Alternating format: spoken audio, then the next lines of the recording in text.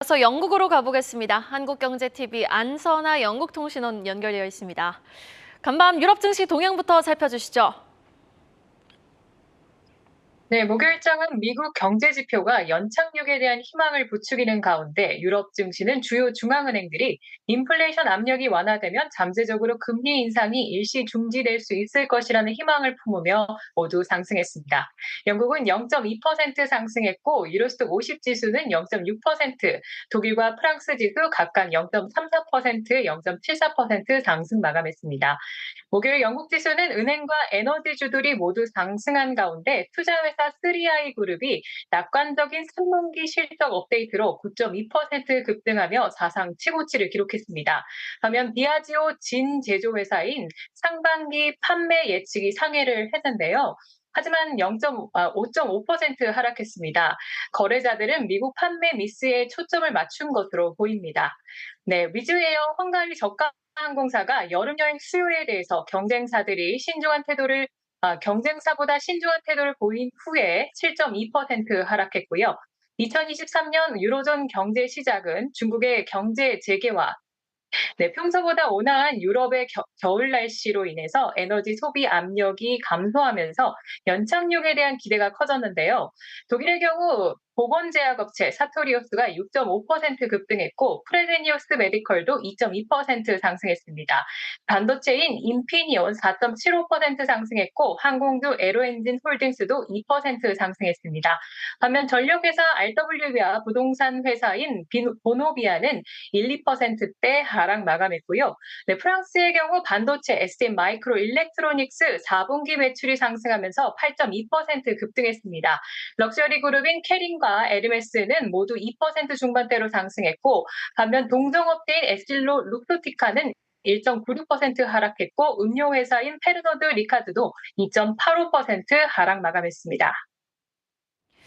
또 물가 이야기도 한번 해보겠습니다. 영국의 12월 생산자 물가 둔화가 확인이 되는데 인플레는 잡힌다. 이 긍정적인 기대감이 커지고 있는 가운데 영란은행의 향후 행보에 관심이 쏠리고 있습니다. 현지에서는 지금 어떤 전망이 나오고 있습니까? 네, 영란은행은 2월 2일 기준금리를 0.5bp 인상해 현재 3.5%에서 4% 금리로 기록할 것으로 예상이 되고 있는데요. 몇몇 경제학자들은 이번 10회 연속 금리 인상이 BOE의 마지막 인상이 될 수 있을 것이라고 시사하고 있습니다.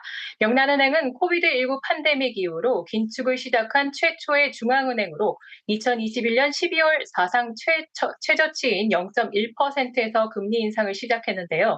그러나 영국의 인플레이션율은 작년 10월에 41년 만에 최고치인 11.1%를 기록했고 12월에는 소폭 낮아진 10.5%를 기록했습니다.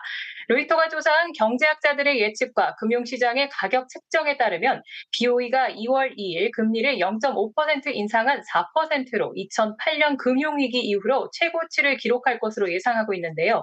일부 경제학자들은 3월에 4.25%까지 한 번 더 금리 인상이 될 것으로 보고 있고 올해 중반까지 긴축 방향성이 4.5%에서 정점을 찍을 것으로 내다보고 있습니다. UBS의 이코노미스트 안나티다 레바는 목요일 메모에서 우리는 통화정책위원회가 하이킹 사이클의 끝에 가까워져 가고 있는 신호를 면밀히 주시할 것이라고 언급했고 앤드류 데일리 총리도 인플레이션이 신속하게 떨어질 것이라는 더 많은 낙관론이 있을 것이라고 말했습니다. 다음 주 미국 연준에서도 긴축 주기가 끝날 것으로 예상이 되는 가운데 유럽 중앙은행의 경우에도 이러한 움직임이 합류하는 데는 조금 시간이 걸릴 것으로 보고 있는데요. 하지만 긴축의 움직임에 반대하는 사람들은 2023년과 2024년 인플레이션이 얼마나 빨리 하락할지에 대한 불확실성을 언급했습니다. 소폭 낮아진 12월 인플레이션은 작년 하반기 경기 침체를 피한 것처럼 보이지만 BOE의 금리 인상 효과의 대부분은 실물 경제에 아직 체감되지 않았음을 강조했고요. 구체적으로 변동성이 큰 식품과 에너지 가격의 변화에 제거를 한 핵심 인플레이션이 12월에 하락하지 않았고 서비스 인플레이션도 1992년 이후로 가장 높았습니다. 또한 단기 고정금리 모기지의 재융자 및 노동자들의 임금 상승 압력도 물가 압력의 여파가 여전히 남아있음을 시사하고 있는데요. 따라서 상반되는 금리 방향성이 길게는 올해의 말까지도 지속될 것으로 보고 있습니다. 이상으로 한국경제TV 영국통신원 안선았습니다.